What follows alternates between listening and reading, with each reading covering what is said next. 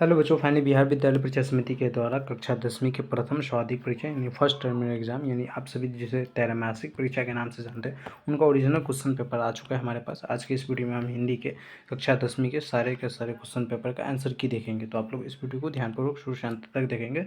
सारा प्रश्न ओरिजिनल प्रश्न है और आप सभी को अंत में मैं आप सभी को बताऊंगा भी कि इस प्रश्न को कैसे डाउनलोड करना है आंसर की के साथ। यहाँ पर देखिए पहला 9 प्रश्न आप सबसे कह रहा है कि डॉक्टर भीमराव अम्बेडकर के रचनात्मक के प्रेरक व्यक्ति निम्नलिखित में से कौन है। तो रचनात्मक मतलब डॉक्टर भीमराव अम्बेडकर आप सभी को पता है कि बहुत सारे रचना की, तो उनके प्रेरक व्यक्ति कौन नहीं थे। उनके प्रेरक व्यक्ति बुद्ध थे, कबीरदास थे, ज्योतिबा फूले थे, सूरदास नहीं थे। यानी ऑप्शन नंबर डी जो हो जाएगा आपका बिल्कुल सही आंसर हो जाएगा। यहाँ पर देखिए पहले दूसरा 9 प्रश्न क्या कह रहे हैं, डॉक्टर भीमराव अम्बेडकर के उच्चतर शिक्षा में सहयोग किसने दिया था।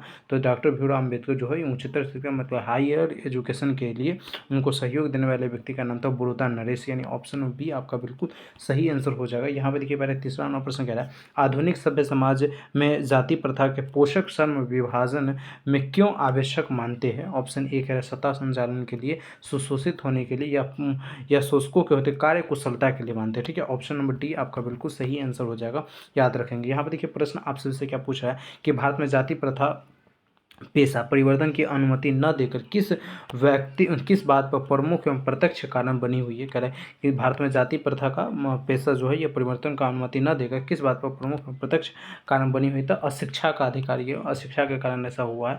तो ऑप्शन नंबर ए जो हो जाएगा बिल्कुल सही आंसर हो जाएगा। 5वां प्रश्न देखिए आपसे क्या पूछा हुआ है कि निम्नलिखित में से कौन हिंदी कविता में प्रबंधवाद के प्रवर्तक है। तो वाद के प्रवर्तक जो है ना ये नलिन विलोचन शर्मा को माना जाता है। ऑप्शन नंबर सी आपका बिल्कुल सही आंसर है।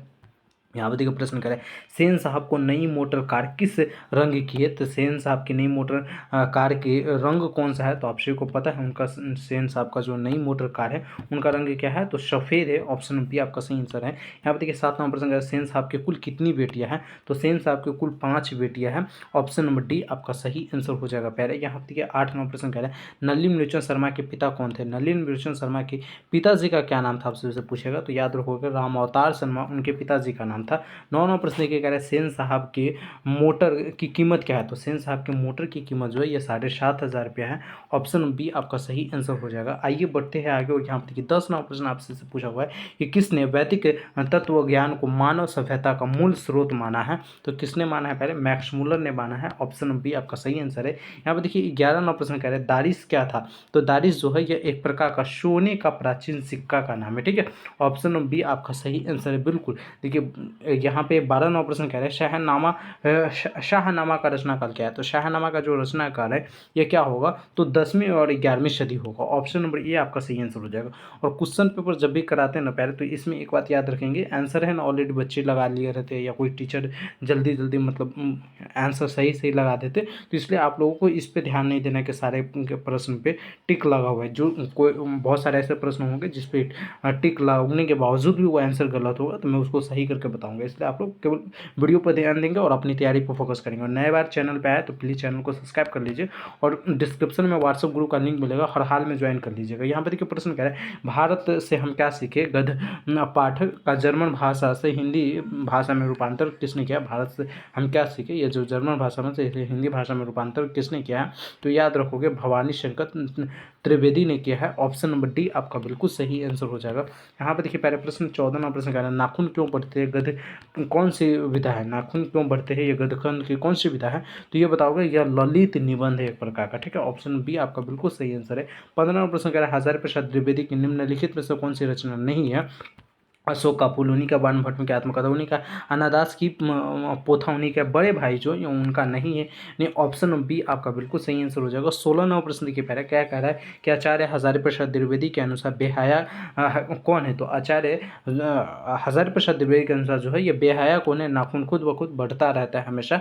ठीक है, तो ये बेहया है। ऑप्शन नंबर आपका सी बिल्कुल सही आंसर है। यहाँ पर देखिए 17वां प्रश्न कह रहा है, कम वक्त नाखून बढ़ते तो बढ़े उन्हें बढ़ने नहीं देगा। तो क्या कह रहा है, कम वक्त वक्त नाखून बढ़ते है तो डट डट उन्हें बढ़ने नहीं देगा। मनुष्य जो अगर कम वक्त नाखून जो है ये बेहाया नाखून बढ़ता है तो मनुष्य का उसे बढ़ने नहीं देता, काट ही लेता है, क्योंकि गंदगी चीज़ होता है ना।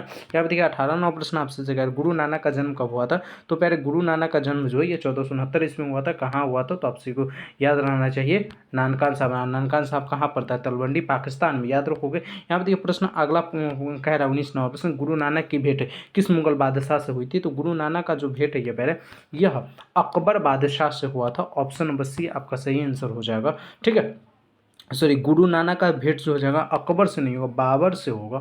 ऑप्शन नंबर ए आपका सही आंसर हो जाएगा। तो यहाँ पर देखिए प्रश्न आपसे से क्या पूछे, गुरु नानक के अनुसार इस दुनिया में राम नाम संकीर्तन के बिना क्या व्यर्थ है? मतलब गुरु नानक के अनुसार से अगर राम नाम का आप जप नहीं करते हैं तो इस दुनिया में क्या व्यर्थ है? जन्म और जीवन दोनों व्यर्थ है, या ईश्वर की महिमा या वाणी? तो जन्म और जीवन जो है ये दोनों व्यर्थ है। ऑप्शन नंबर ए ही हमारा सही आंसर हो जाएगा। 21वां प्रश्न देखिए कह रहे हैं, गुरु नानक के अनुसार किनका नाम निरंतर जपने से भव सागर पार हो सकता है? तो गुरु का, या हरि का, या सिख का, या स्वयं का? तो गुरु नानक का किसका नाम अगर आप बार बार जपते हैं तो भव्य सागर भी पार हो जाएगा।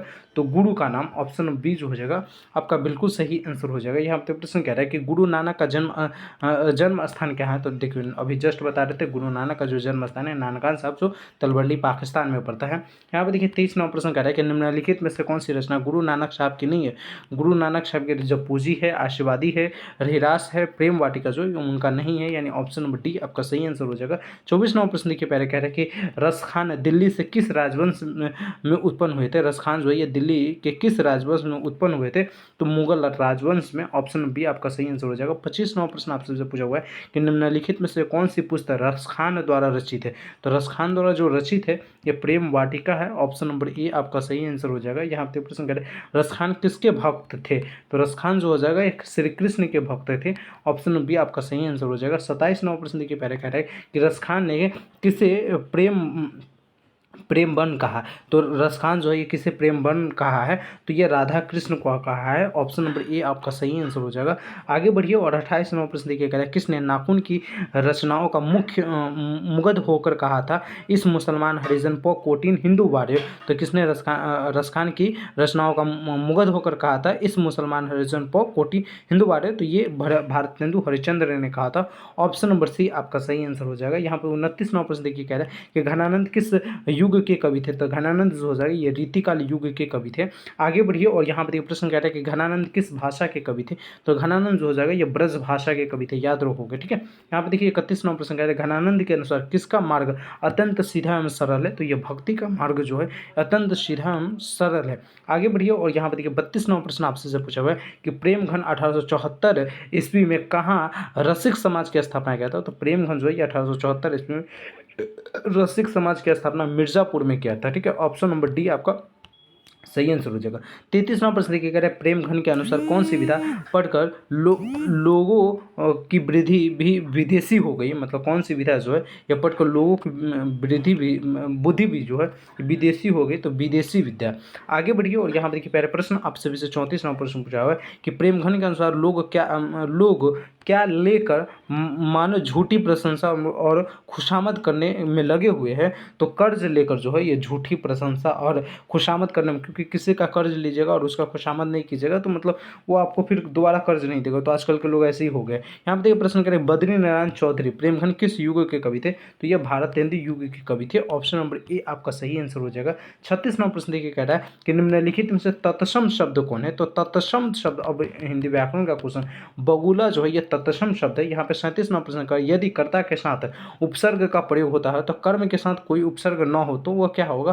तो ऑप्शन ए कह रहा है कि क्रिया लिंग के व्याकरणानुसार नहीं होगा। ये ही ऑप्शन बी सही आंसर है कि क्रिया कर्ता के लिए लिंग व्यानुसार होगी। ठीक है, वचन अनुसार होगी। तो ऑप्शन नंबर बी आपका बिल्कुल सही आंसर हो जाएगा।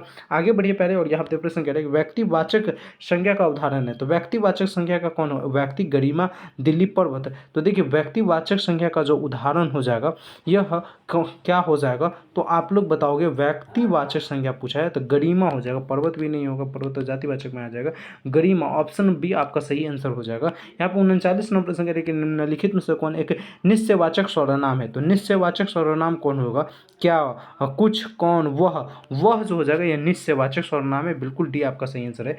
विशेषण के कितने भेद होते हैं, तो विशेषण के जो भेद होते हैं प्यारे टोटल 4 भेद होते हैं, ऑप्शन बी आपका सही आंसर हो जाएगा। परिविशेषण किसे कहते हैं, तो परिविशेषण विशेषण की विशेषताओं बताने वाले को हम परिविशेषण कहते हैं, यानी ऑप्शन बी यहाँ पे आपका सही आंसर हो जाएगा। 42वां प्रश्न देखिए कह रहा है आपसे कि निम्नलिखित में से कौन सा शब्द स्त्रीलिंग है, तो स्त्रीलिंग शब्द कौन सा हो जाएगा, तो यहाँ पे स्थापना जो हो जाएगा स्त्रीलिंग शब्द है। यहाँ पे 43वां प्रश्न कह रहे हैं कि निम्नलिखित में से बहुवचन शब्द कौन है, तो बहुवचन शब्द प्राण जो हो जाएगा बहुवचन शब्द है, ऑप्शन बी आपका सही आंसर है। 44वां प्रश्न देखिए कह रहा है अपने पैर पर कुल्हाड़ी मारना मुहावरे का क्या अर्थ होता है, तो अपने पैर पर कुल्हाड़ी मारना मुहावरे का अर्थ यदि आपसे से पूछे तो स्वयं अपने को हानि पहुंचाना इसका अर्थ होता है, ऑप्शन नंबर सी आपका सही आंसर हो जाएगा। यहाँ पे 45वां प्रश्न कह रहा है कौन सा शब्द दास का पर्यायवाची नहीं है, तो दास का पर्यायवाची कौन नहीं होगा, तो सेवक जो हो जाएगा यह पर्यायवाची नहीं होगा ना, अनुचर, परिवक, नृत्य ये सभी क्या हो जाएगा, तो दास का पर्यायवाची होगा, ठीक है। तो ऑप्शन नंबर आपका डी बिल्कुल यहाँ पे सही आंसर हो जाएगा।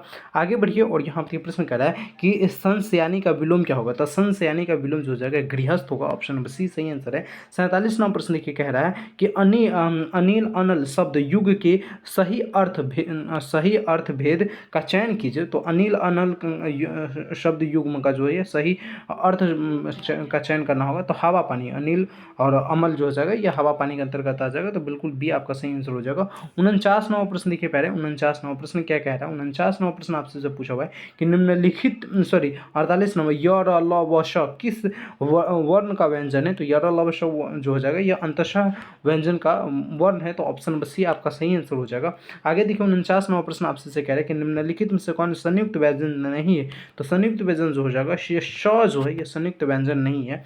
अगला क्वेश्चन और इस वीडियो का अंतिम प्रश्न है, क्योंकि 50 प्रश्न नहीं बताऊंगा, 100 प्रश्न आप सभी को मैं नहीं बताऊंगा, केवल 50 प्रश्न बताऊंगा और इसी 50 प्रश्नों को आप जाकर एकदम आंख मूंद कर लगा कर आएंगे, पूरा का पूरा सही आंसर हो जाएगा। तो यहाँ पर 50 नंबर प्रश्न कह रहे हैं कि निम्नलिखित में से शुद्ध शब्द है, तो शुद्ध शब्द कौन है, तो गृहस्थ जो हो जाएगा यह शुद्ध शब्द है। आइए अब चर्चा करते हैं कि इसका क्वेश्चन पेपर कैसे डाउनलोड करेंगे।